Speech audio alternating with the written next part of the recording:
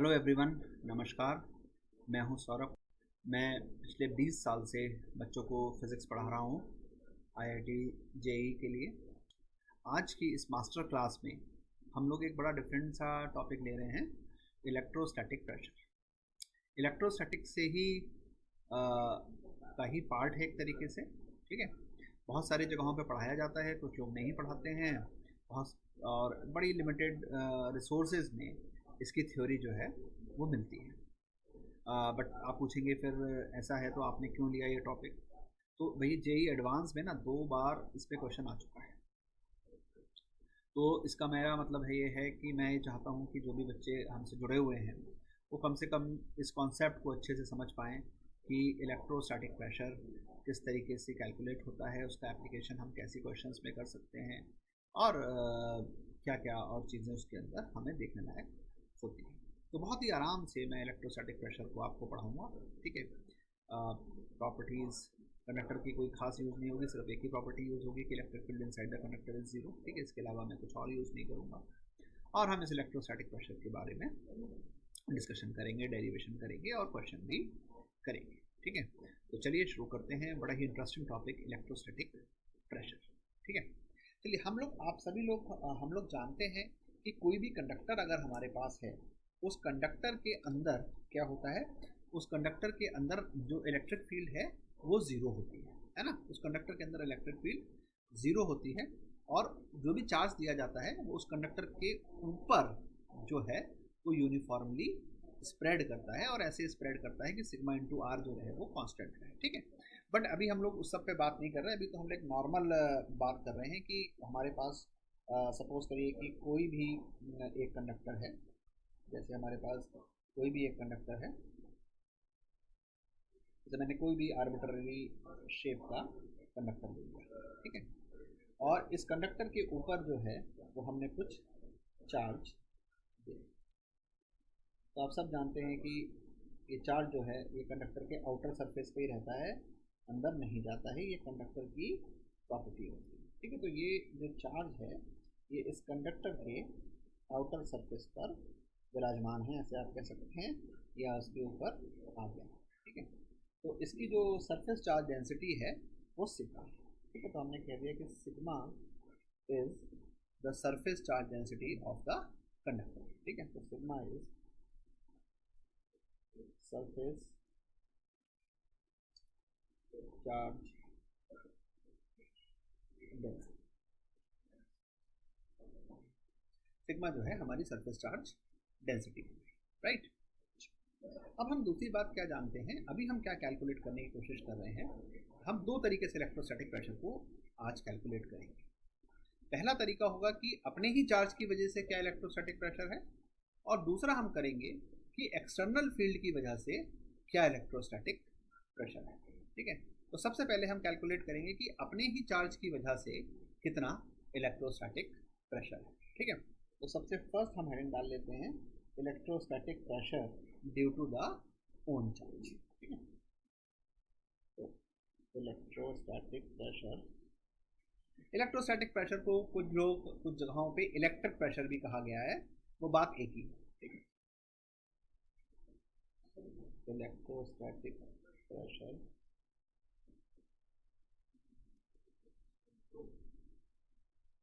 Due to own charge.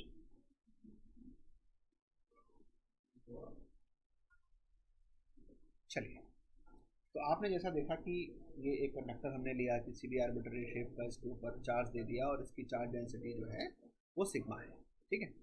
अच्छा, हम सब ये भी जानते हैं कि भाई जो कंडक्टर होता है उसके अंदर जो इलेक्ट्रिक फील्ड है नेट, वो क्या होती है, जीरो। ये भी सब लोग जानते हैं। भाई कंडक्टर की कुछ प्रॉपर्टीज़ हैं, उसमें से सबसे सरल प्रॉपर्टी जो एक बेसिक बच्चा भी जानता है वो दो ये जानता है कि चार्ज जो है वो सरफेस के ऊपर रहता है, और दूसरा ये होता है कि कंडक्टर के अंदर इलेक्ट्रिक फील्ड जो है जीरो है। बाकी भी बहुत सारी प्रॉपर्टी है, बट इन जनरल लोग ये वाली प्रॉपर्टीज़ तो जानते ही जानते हैं। बाकी प्रॉपर्टीज़ जानते हो या ना जानते हो, या जिसको आप कह सकते हो कि एडवांस कॉन्सेप्ट हैं कंडक्टर के प्रॉपर्टीज़ के, तो उस सब पे हम अभी बात नहीं कर रहे हैं। उसके लिए कोई हम अलग मास्टर क्लास कर रहे होंगे जिसके अंदर हम प्रॉपर्टीज़ ऑफ कंडक्टर की बात करेंगे, ठीक है। आज जो है हम लोग सिर्फ इतनी बात कर रहे हैं, राइट। चलिए, हमने क्या किया कि हमने इसके अंदर एक छोटा सा एरिया कंसिडर किया। ये मैंने यहाँ पर देखिए एक छोटा सा एरिया कंसिडर किया है। इस एरिया को मैं कह देता हूँ दिस इज ds। इस छोटे से एरिया का मैंने नाम ले लिया ds। बहुत छोटा है ना, बहुत छोटा है, राइट। अच्छा, इस ds एरिया को अगर हम अलग से बनाएं यहाँ पे, राइट, तो इसके जस्ट ऊपर एक पॉइंट ले लें a और इसके जस्ट नीचे एक पॉइंट ले लें b। इसके जस्ट ऊपर एक पॉइंट हो गया a और इस एरिया के जस्ट नीचे एक पॉइंट हो गया b। तो आप लोग क्या जानते हैं भाई, आप सभी लोग जो हैं वो ये जानते हैं कि इलेक्ट्रिक फील्ड एट a जो होगा वो सिग्मा अपॉन एप्सिलॉन नॉट होगा और इलेक्ट्रिक फील्ड एट b जो होगा वो 0 होगा। इलेक्ट्रिक फील्ड एट a जो होगा वो सिग्मा अपॉन एप्सिलॉन नॉट होगा और इलेक्ट्रिक फील्ड एट a जो होगा वो सिग्मा अपॉन एप्सिलॉन नॉट होगा। कंडक्टर के जस्ट बाहर electric field sigma upon epsilon not होता है और कंडक्टर के अंदर जो इलेक्ट्रिक फील्ड होता है वो 0 होता है, राइट। तो ये सारी बात सब लोग जानते हैं, ठीक है, तो हमने यहाँ पे लिख ली। अब ऐसे समझिए कि भाई यहाँ मैंने इस छोटे से पार्ट को कंडक्टर में से अलग कर दिया, इस पार्ट को ds पार्ट, ठीक है। पूरा कंडक्टर था, उस कंडक्टर में से मैंने ds पार्ट काट लिया। तो जब तक ds पार्ट लगा हुआ था तब कंडक्टर के अंदर फील्ड 0 थी। अब ds पार्ट निकाल लिया तो कंडक्टर फील्ड 0 नहीं होगी, राइट, ठीक है। बट हम वो नहीं, हम ऐसे नहीं समझते, हम ये कह रहे हैं कि ऐसे समझते हैं कि कंडक्टर के अंदर फील्ड 0 है तो जितना पार्ट ds दे रहा है इलेक्ट्रिक फील्ड उतना ही बाकी कंडक्टर दे रहा होगा, बट दोनों की डायरेक्शन जो होगी वो कैसी होगी, ऑपोजिट होगी। दोनों की डायरेक्शन कैसी होगी, ऑपोजिट होगी। देखिए मैं क्या आपको समझाता हूँ। ये ds पार्ट है कंडक्टर का जिसको हमने अलग से निकाल के आपको दिखाया है, ठीक है। तो अगर मैं कहूँ कि E because of ds is sigma upon 2 epsilon not, right. अगर मैं ये कहूँ या ये भी नहीं कहते, वैल्यू भी नहीं रखते हैं, वैल्यू से भी कंफ्यूजन होता है। अगर हम कहें कि E because of ds is E not, right, and E because of remaining surface, E because of remaining surface भी E नॉट होगी, बट दोनों की डायरेक्शन जो होगी वो ऑपोजिट होगी। जैसे अगर मान लीजिए कि इसकी वजह से फील्ड इधर है तो जो बाकी की वजह से फील्ड इधर होगी, ये E नॉट इसकी वजह से, ये E नॉट, तभी तो अंदर के पॉइंट पे नेट फील्ड क्या हो रही होगी, 0 हो रही होगी। तभी तो अंदर किसी भी पॉइंट पे नेट फील्ड 0 कैसे होगी भाई, एक की फील्ड दूसरे को कैंसिल करेगी। तो जो DA की वजह से फील्ड E नॉट थी जो नीचे की तरफ जाती हुई है अवे फ्रॉम द होगी भाई, किसी भी चार्ज से इलेक्ट्रिक फील्ड कैसी होगी, अवे फ्रॉम इट। तो इस ds से जो कंडक्टर के अंदर आप फील्ड देख रहे हैं वो कैसी है, अवे फ्रॉम इट। वो कितनी हो गई, E नॉट, और बाकी बचे हुए कंडक्टर की वजह से भी कितनी है, E नॉट, बट दोनों का डायरेक्शन कितना है, ऑपोजिट, ठीक है। तो अब हम ऐसे मान लेते हैं कि इस ds की वजह से चार्ज E1 है और रिमेनिंग पोर्शन की वजह से E2 है, ठीक है। तो ऐसे समझते हैं कि let us assume that electric field due to ds is E1 and electric field due to remaining portion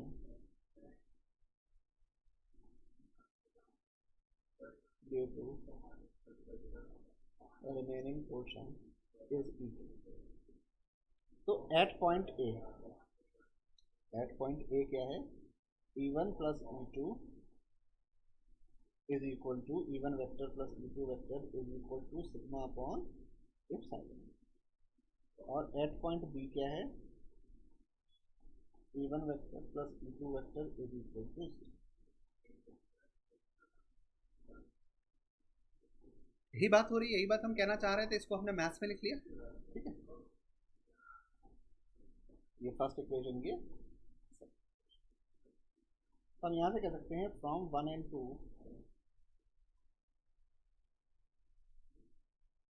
मतलब E1 का mod should be equal to E2 का mod will be equal to sigma upon two epsilon. E1 का mod is equal to E2 का mod will be equal to sigma upon two epsilon not. ठीक है, तो ये जो individual की वजह से इलेक्ट्रिक फील्ड है वो कितनी हो गई, sigma upon two epsilon not हो गई, राइट। चलिए अब हम कह रहे हैं, हम इसी फिगर को जो है कॉपी कर लेते हैं और उधर ले जाते हैं, जिससे कि हमें समझने में आसानी रहे हमेशा।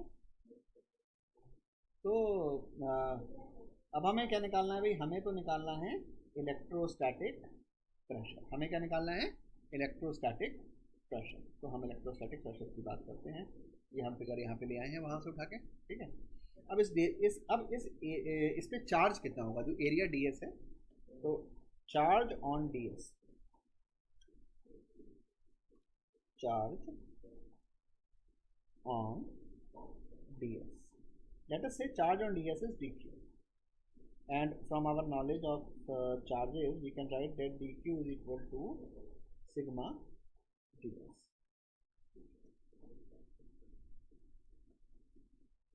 dq is equal to sigma into ds। अच्छा, अब इस पे कितना फोर्स लग रहा होगा भाई, इस पे कितना फोर्स लगेगा, इस पे फोर्स लगेगा dq इंटू E2। E2 क्यों भाई, क्योंकि किसी पे भी फोर्स लगता है तो अपनी फील्ड से तो नहीं लगता। E1 जो थी वो dq की ds की फील्ड थी, और E2 जो थी वो बाकी बचे हुए कंडक्टर की फील्ड थी। तो इस पे जो फोर्स लगेगा वो बाकी बचे हुए कंडक्टर की फील्ड से लगेगा। तो बाकी बचे हुए कंडक्टर की फील्ड कितनी थी, E2 थी। उस E2 का जो फोर्स लगेगा इस पे वो कितना हो जाएगा, dq इंटू E2। ठीक है, तो लिखा जाए तो जो फोर्स हो गया भाई, और फोर्स भी कैसा, आउटवर्ड नॉर्मल की तरफ, ठीक है। तो ये हो जाएगा सिग्मा इंटू ds, और E2 हमने कितना निकाला था, sigma upon two epsilon not, sigma upon two epsilon not, ये निकाला देखिए, sigma upon two epsilon not. ठीक है, चलिए तो फोर्स जो आ गया हमारे पास वो आ गया sigma square upon two epsilon not into ds, right. अच्छा, प्रेशर क्या होता है, प्रेशर होता है normal force per unit area. ये फोर्स जो था वो कैसा था, नॉर्मल था, ठीक है। तो इलेक्ट्रोस्टैटिक प्रेशर, जिसको मैं PE लिख देता हूँ, electrostatic pressure, PE means electrostatic pressure, ठीक है, will be in force, normal force divided by the area ds, right. तो normal force divided by area ds। तो इलेक्ट्रोस्टैटिक प्रेशर जो हो गया मेरा, इसको ds से डिवाइड कर दूँ तो मुझे मिल जाएगा sigma square upon two epsilon not, sigma square upon two epsilon not. तो ये फार्मूला एक तो अपने जहन में बिल्कुल बिठा लें कि जो इलेक्ट्रोस्टैटिक प्रेशर होता है वो कितना होता है, sigma square upon two epsilon not होता है, ठीक है। अच्छा, इसको हम ऑल्टरनेटिवली भी और ये प्रेशर किसकी वजह से, ये प्रेशर अपने ही चार्जेस की वजह से, जो सरफेस के ऊपर चार्जेस हैं जो अपने ही चार्जेस को रिपेल कर रहे हैं, ये प्रेशर उसकी वजह से ही है, ठीक है। किसी बाहर से नहीं आया कोई प्रेशर, अपने चार्जेस की वजह से प्रेशर, ठीक है। इसको अल्टरनेटिवली कैसे लिख सकते हैं, देखिए electric field due to a conductor जो लिखी जाती है वो लिखी जाती है sigma upon epsilon, right. This is electric field due to a conductor. अच्छा, यहाँ से सिग्मा की वैल्यू हम क्या लिख सकते हैं, एप्सिलॉन नॉट इंटू, सिग्मा की वैल्यू क्या लिख सकते हैं, एप्सिलॉन नॉट इंटू ई। अच्छा, तो इलेक्ट्रोस्टैटिक प्रेशर जो हो गया वो सिग्मा की जगह हमने लिख लिया epsilon not square E square upon two epsilon not, लिख सकते हैं।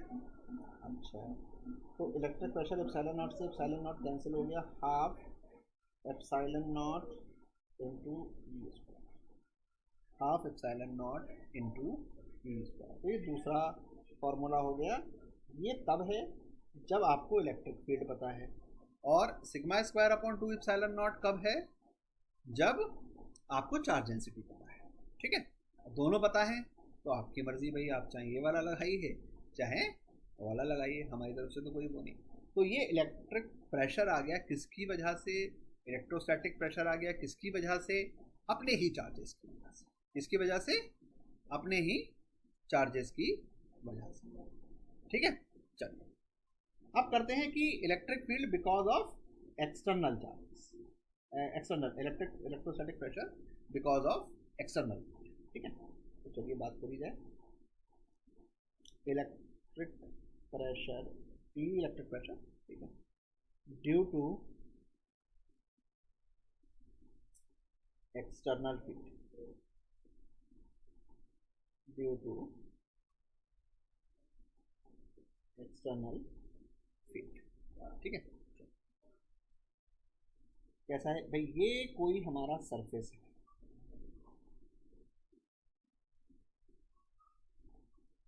ये कोई हमारा चार्ज, ठीक है, और दुनिया में इलेक्ट्रिक फील्ड प्रेजेंट है। ये इलेक्ट्रिक फील्ड जो है वो इस रीजन में प्रेजेंट है। This is the electric field which is present in this region, right. यानी अगर हम इलेक्ट्रिक फील्ड की बात करें तो अगर हम देखें तो भाई इसके टेंजेंशियल यहाँ पे बना दे, ये ई हो जाएगा, इसके दो कंपोनेंट आ जाएंगे, एक ये आ जाएगा ई परपेंडिकुलर और एक ये आ जाएगा ई पैरेलल। तो मैं इसको ई पैरेलल लिख दे रहा हूँ, इसको मैं ई परपेंडिकुलर, ठीक है। आपको एंगल पता होगा तो आप ई पैरेलल को ई कॉस थीटा लिख सकते हैं, ई परपेंडिकुलर को ई साइन थीटा लिख सकते हैं, या ई पैरेलल को ई साइन थीटा और ई परपेंडिकुलर को ई कॉस थीटा लिख सकते हैं, वो आपके ऊपर है, ठीक है। तो जो डेटा वहाँ पे दिया होगा सब कुछ उसके ऊपर है, जो डेटा आपको क्वेश्चन के अंदर दिया गया है, ठीक है। तो ई परपेंडिकुलर क्या है, this is the electric field component, electric field component perpendicular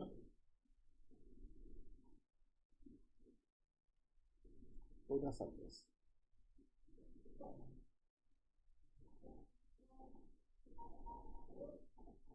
और ई पैरेलल क्या है, component of electric field, component of electric field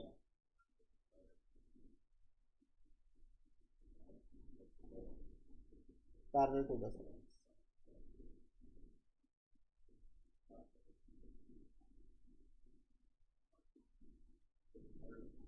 और जो ये पैरेलल कंपोनेंट है, ये इस काम में आता है, ये सरफेस को स्ट्रेच करने के काम में आएगा। इसका रोल क्या होगा, ये किसी भी सरफेस को क्या करेगा, स्ट्रेच करेगा, ठीक है। क्योंकि टेंजेंशियल है ना, तो shear फोर्स लगाएगा, right. So it will be responsible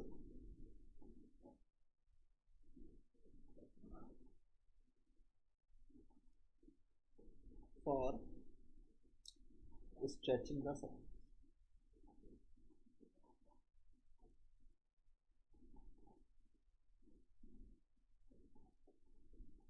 ठीक है, अच्छा अब इसके करस्पॉन्डिंग अगर हम एक एरिया ले लें ds, तो सब कुछ वैसे ही है जैसे पहले हो रहा था, ठीक है।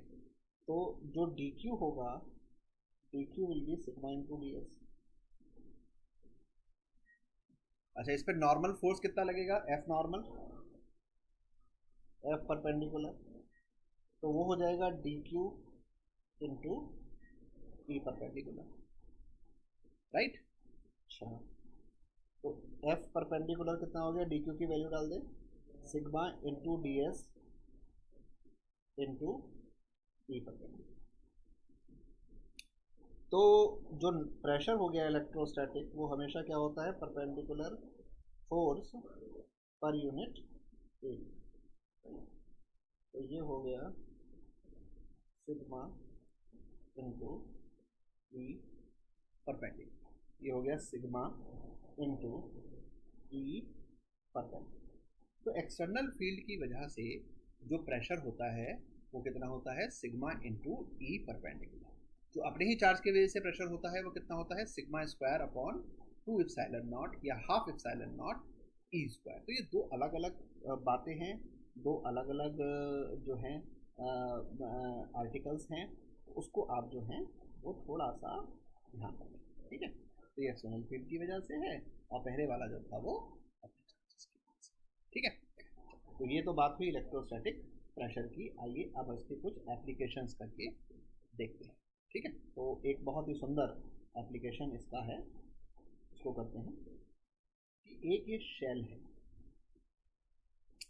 एक ये शेल है और इस शेल के सेंटर पे, इस शेल पे पूरे पे चार्ज क्यू डिस्ट्रीब्यूटेड है, इस शेल पे चार्ज क्यू डिस्ट्रीब्यूटेड। बहुत ध्यान से देखिएगा सारी चीज़ें, ठीक है। जो भी हम बातें कर रहे हैं बहुत ही इंपॉर्टेंट है, और कोई भी इस साल या जिस साल आप IIT दे रहे हो जेई एडवांस में आ सकते हैं। टॉपिक प्योर जेई एडवांस का है, टॉपिक बिल्कुल भी जेई मेंस या बिटसेट वगैरह का नहीं है, ठीक है। इसके ऊपर एक क्यू चार्ज है और हमने इसके सेंटर पे एक माइनस क्यू नॉट चार्ज है। तो हमें क्या करना है, हमें रिलेशन फाइंड करना है क्यू और क्यू नॉट में, जिससे कि ये शेल जो है वो बस्ट ना करे, फट ना जाए अपने इलेक्ट्रोस्टैटिक प्रेशर से, ठीक है। तो ये शेल जो है वो बस्ट ना करे अपने इलेक्ट्रोस्टैटिक प्रेशर से। तो ये क्वेश्चन है, तो क्वेश्चन लिख लिया जाए कि find the relation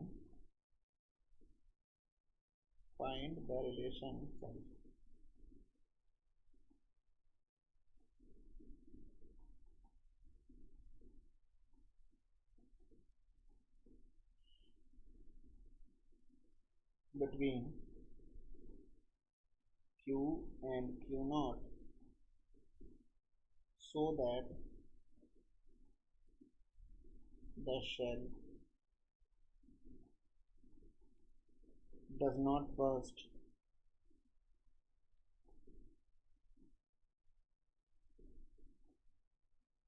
due to its own electrostatic pressure.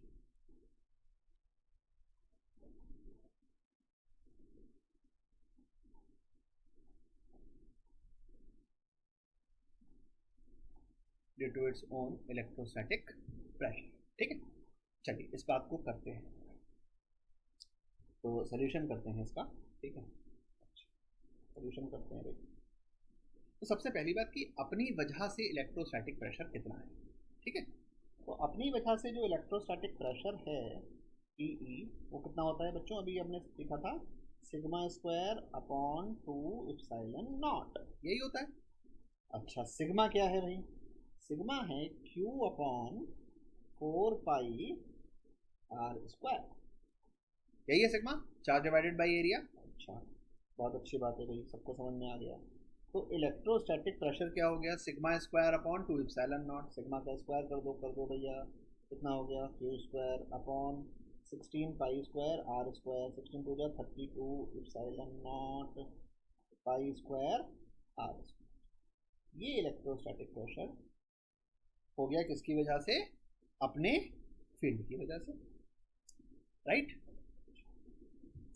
अब जो Q नॉट है माइनस Q नॉट जो है ये तो एक्सटर्नल चार्ज है, यानी ये जो प्रेशर क्रिएट करेगा ये किसकी वजह से, ये एक्सटर्नल फील्ड की वजह से। दो तरीके के प्रेशर सीखे, दोनों तरीके के प्रेशर का एप्लीकेशन, क्वेश्चन देखिए बिल्कुल साथ में आपने सीखे दो तरीके के इलेक्ट्रोस्टैटिक प्रेशर कैलकुलेशन, और दोनों का यूज हो गया साथ ही साथ, अपनी वजह से और बाहर के चार्ज की वजह से, माइनस Q नॉट की वजह से, ठीक है। तो अब हम कर रहे हैं PE due to external charge, PE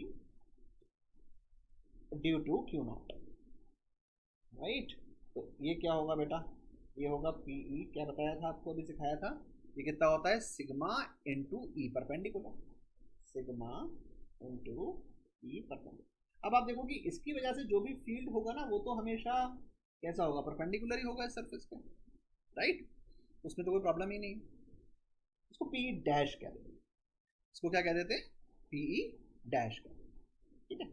so PE dash is equal to sigma, sigma भैया सबको पता कितना, Q अपॉन 4 पाई आर, नहीं हाँ 4 pi R into E perpendicular कितना Q not into 4 pi epsilon not R, 4 pi epsilon not R square, यहाँ पर are की पावर 4 आएगा, ठीक है। आर स्क्वायर का स्क्वायर किया तो आर की पावर 4 आएगा, ठीक है। अच्छा तो यानी PE डैश कितना, PE डैश हो गया Q not into 16 epsilon not pi square R, right, ये बात आ गई। अच्छा अब ये जो शेल इक्विलिब्रियम में रहे उसके लिए जरूरी है कि जो हमारा PE डैश है बस्ट ना करे ना, तो PE dash should be greater then और इक्वल टू, आउटवर्ड प्रेशर खत्म हो जाए, इनवर्ड प्रेशर चाहे बढ़ जाए बट आउटवर्ड प्रेशर जो होना चाहिए वो खत्म हो जाना चाहिए। तो PE डैश यानी Q नॉट, यानी हम कह रहे हैं कि Q not upon 16 epsilon not pi square R four should be greater than equal to Q squared upon 32 epsilon not pi square R four. ठीक है। अच्छा, तो अब इसमें कैंसिल सब कर डालिए, तो आपको क्या मिलेगा? आपको मिलेगा Q naught should be greater than equal to Q by two. Q naught should be greater than equal to Q by two. तो minimum value of Q naught will be Q by two. ठीक है। तो minimum value of Q not is Q by. तो ये हमारा answer. तो बहुत ही important question जिसको आपने देखा है। ठीक है। और बड़ा बहुत ही एक ब्यूटीफुल इंसिडेंस ले रहे हैं, पुरानी मैकेनिक्स को भी डील करता है ये इंसिडेंस। ठीक है। ये कह रहा है कि जो है एक सोप बबल है और उस सोप बबल में इस soap bubble of radius R is given a charge Q uniformly on its surface, as a result of which the radius of the soap bubble slightly increases.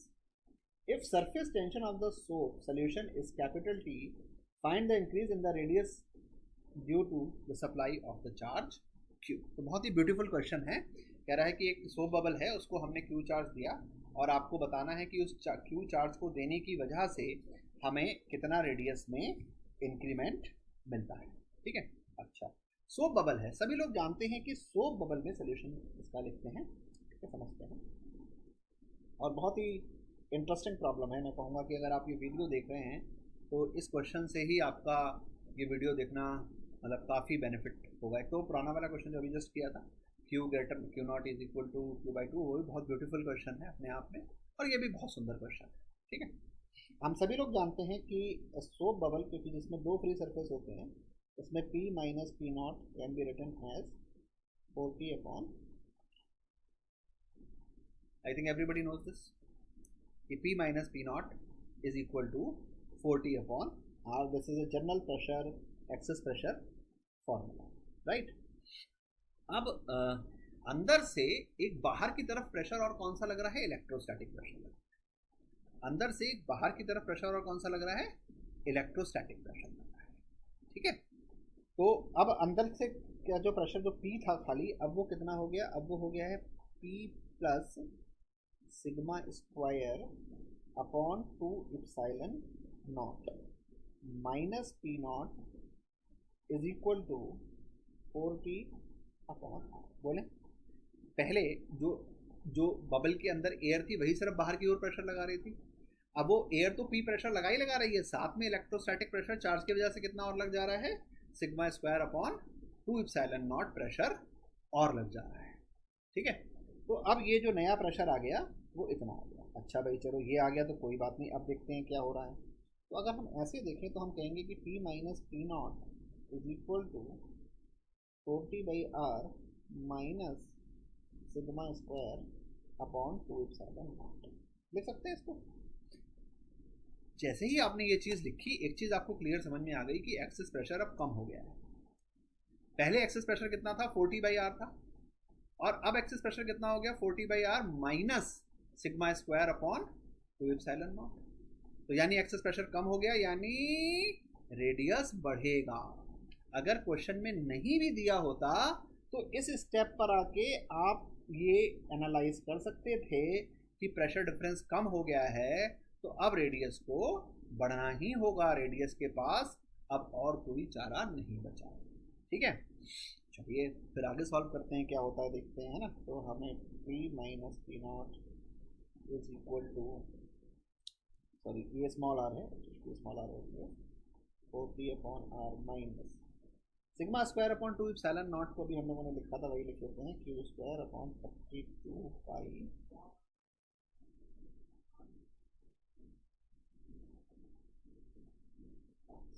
Right, 32 pi epsilon not R square. ठीक है, pi square, right. चलिए तो ये लग गया भाई। अच्छा चलो कोई नहीं। अब यानी जो चेंज इन प्रेशर आया dP,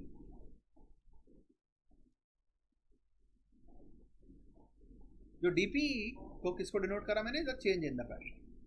अगर ये चार्ज नहीं होता तो प्रेशर डिफरेंस कितना रहता, 4T/R ही रहता।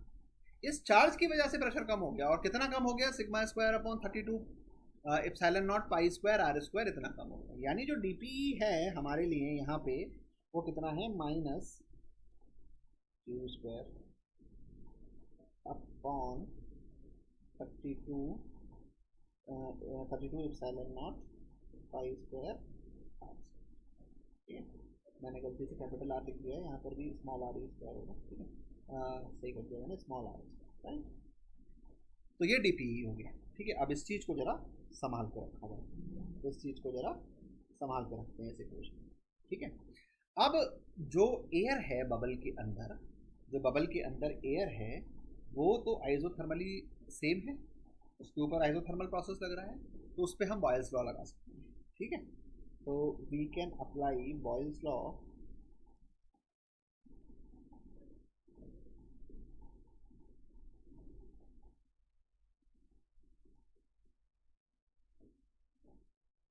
for the air inside the bubble.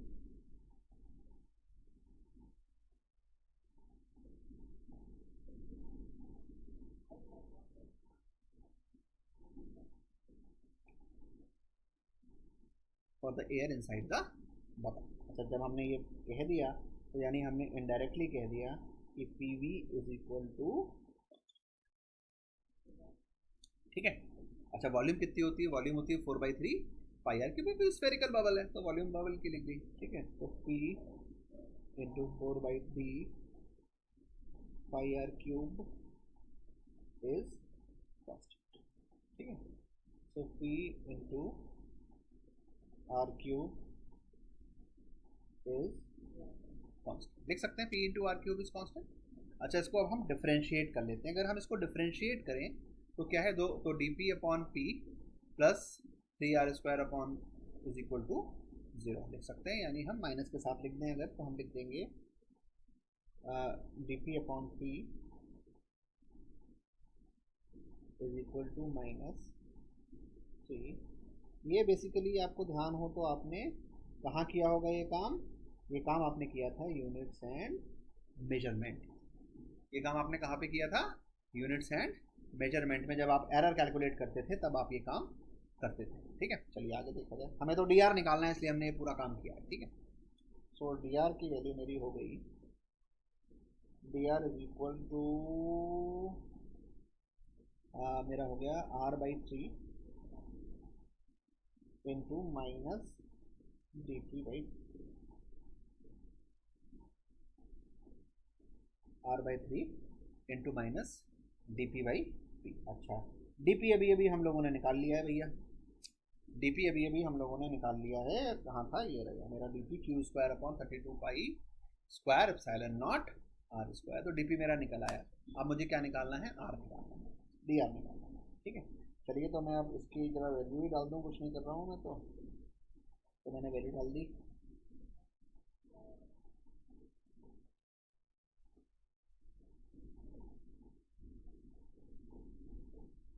Epsilon not pi square R square, और बचा 1/3।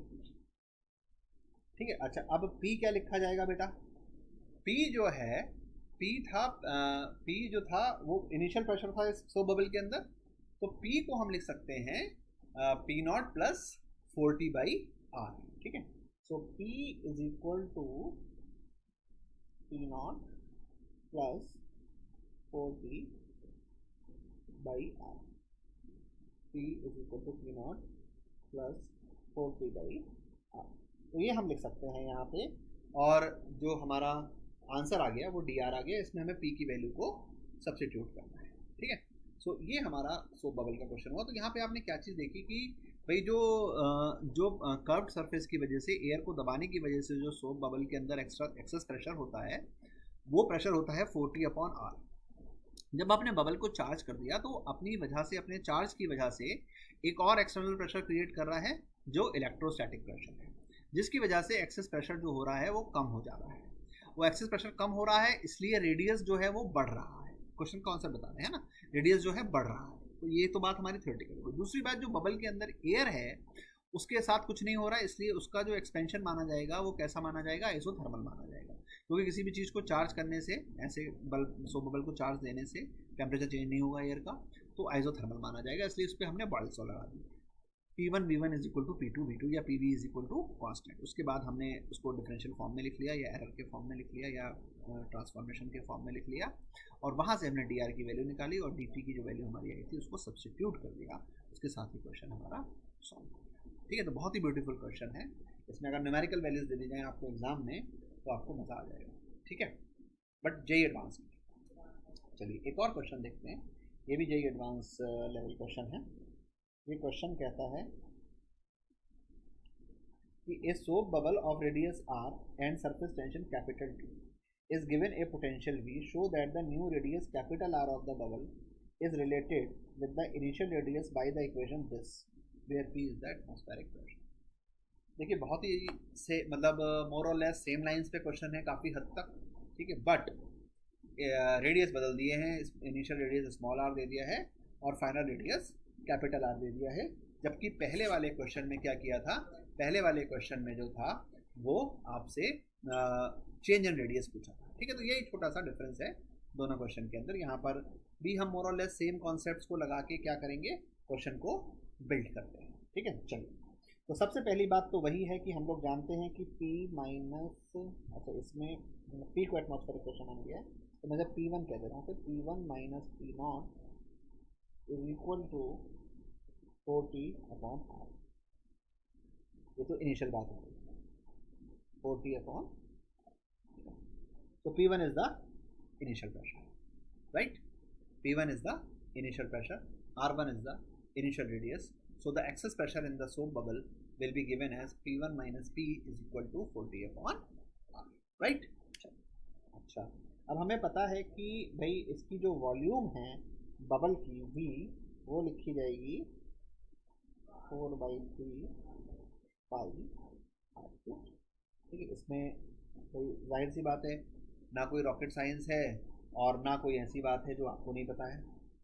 ठीक है, अब हमारा क्या हो रहा है, अब हमारा बबल का रेडियस कह रहा है it is changing from small r to capital R। ठीक है, और वो कब हो रहा है, जब इलेक्ट्रिक फील्ड आ जा रही है। ठीक है, अच्छा तो अब इलेक्ट्रिक फील्ड आ गई तो E जो है, इसमें पोटेंशियल दिया हुआ है, तो E को हम लिख सकते हैं V/R। I think everybody can know this कि electric field can be written as V/R। अच्छा, अब इलेक्ट्रोस्टैटिक प्रेशर कितना होता है बेटा, इलेक्ट्रोस्टैटिक प्रेशर अभी आप लोगों ने पढ़ा था 12 एप्सिलॉन नॉट E² होता है। अभी आपने पढ़ा है कि इलेक्ट्रोस्टैटिक प्रेशर कितना होता है, 12 एप्सिलॉन नॉट E² होता है। ठीक है, चलिए उसी को इस्तेमाल कर लिया जाए। ठीक है, उसको इस्तेमाल करने से पहले हम लोग ये इसको इस वाले फॉर्म को देखें अगर, तो फिर से वही बात आ जाएगी जो पहले की थी मैंने, कि जो एक्सेस प्रेशर है वो इस जो इलेक्ट्रोस्टैटिक प्रेशर है उसकी वजह से कम होगा, है ना। तो हमारा क्या हो जाएगा भैया, हम कहेंगे अब P2 minus P is equal to 4T/R minus 12 epsilon not E²। अब मैं कैपिटल R क्यों लिख रहा हूँ, क्योंकि जब हमने उसको चार्ज दे दिया, जब हमने उसको चार्ज दे दिया तब उसकी रेडियस कितनी हो गई है, कैपिटल R हो गई। जब हमने उसको चार्ज दे दिया तब उसकी रेडियस कितनी हो गई है, कैपिटल R हो गई। जब उसको चार्ज नहीं दिया था उसकी रेडियस कितनी थी, स्मॉल r। ठीक है, ये क्वेश्चन के अंदर दिया हुआ है, ये मैंने अपनी तरफ से नहीं माना है, ये क्वेश्चन के अंदर दिया हुआ है, उसी को हम लोग लिख रहे हैं। ठीक है, तो ये हमने पिछले क्वेश्चन की तरह लिख लिया। ठीक है, अच्छा अब जो फाइनल वॉल्यूम है ये हम लिख लेते हैं इनिशियल वॉल्यूम V1। ठीक है, फाइनल वॉल्यूम जो है वो क्या हो गई भाई, फाइनल वॉल्यूम हो गई मेरी 4/3 पाई R3। 4/3 कैपिटल R, इसको 4 वहाँ कह लीजिए, इसको। तो अब आपको इनिशियल वॉल्यूम पता चल गई, फाइनल वॉल्यूम पता चल गई।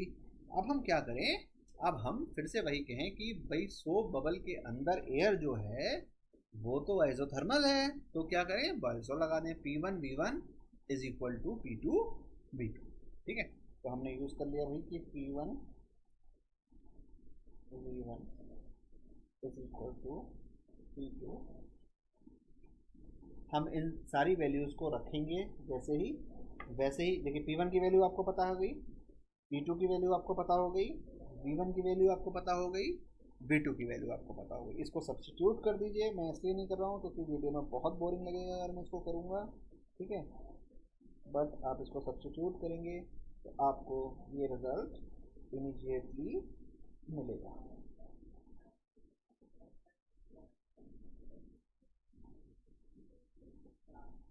तो इसी के साथ ये जो क्वेश्चन है यहाँ पर समाप्त होता है, ठीक है।